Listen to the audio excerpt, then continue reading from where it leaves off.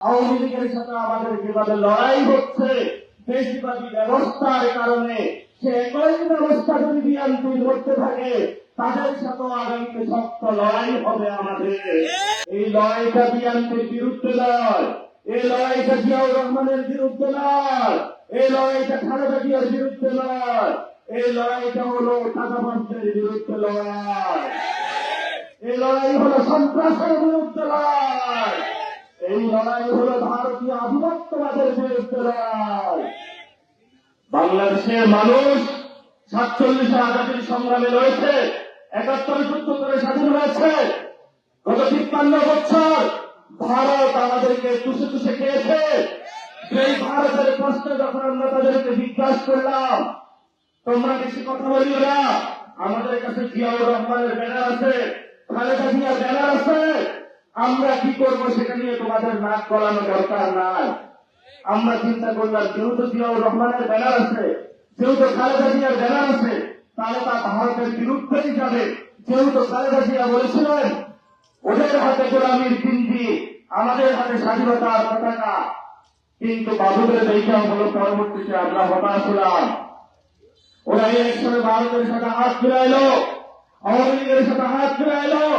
ইলেকশনের পরে যখন সংসদে আমরা বললাম বাংলাদেশে ভারত রাষ্ট্র সীমান্তে মানুষ হত্যা করতেছে, বাংলাদেশকে অনেক লোক পাঠিয়ে দিচ্ছে, এই বিষয়ে সংসদে আমরা কথা বলতে চাই, বিএনপি সেটা সংসদ থেকে খারিজ করলো।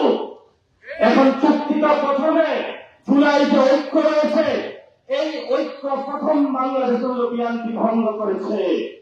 দ্বিতীয়ত হলো জুলাইকে প্রথম বাংলাদেশে বিকৃত করেছে বিএনপি।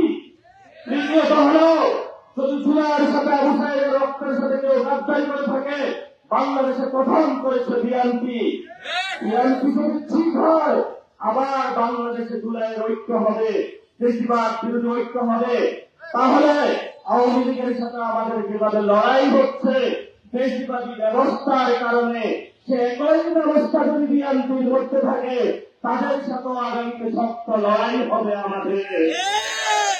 এই লড়াইটা বিএনপির বিরুদ্ধে নয়, এই লড়াইটা জিয়াউর রহমানের বিরুদ্ধে নয়, এই লড়াইটা খালেদা জিয়ার বিরুদ্ধে নয়, এই লড়াইটা হলো টাকাবাজদের বিরুদ্ধে লড়াই, এই লড়াই হলো সন্ত্রাসের বিরুদ্ধে লড়াই, এই লড়াই হলো ভারতীয় আধিপত্যবাদের বিরুদ্ধে লড়াই। সেই লড়াই আপনারা সবাই ঐক্যবদ্ধ থাকবেন।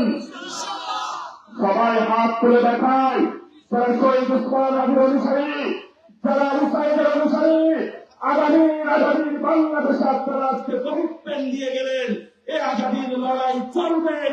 আপনার স্বপ্নগুলো আকাশ ছুবে প্রবাসীর হেলিকপ্টারের মাধ্যমে। বিয়ে, জন্মদিন অথবা যে কোনো বিশেষ প্রয়োজনে হেলিকপ্টার ভাড়া করতে যোগাযোগ করুন স্ক্রিনে দেয়া নাম্বারে। প্রবাসীর হেলিকপ্টার, নিরাপদ ও সাশ্রয়ী বাহনের বিশ্বস্ত নাম।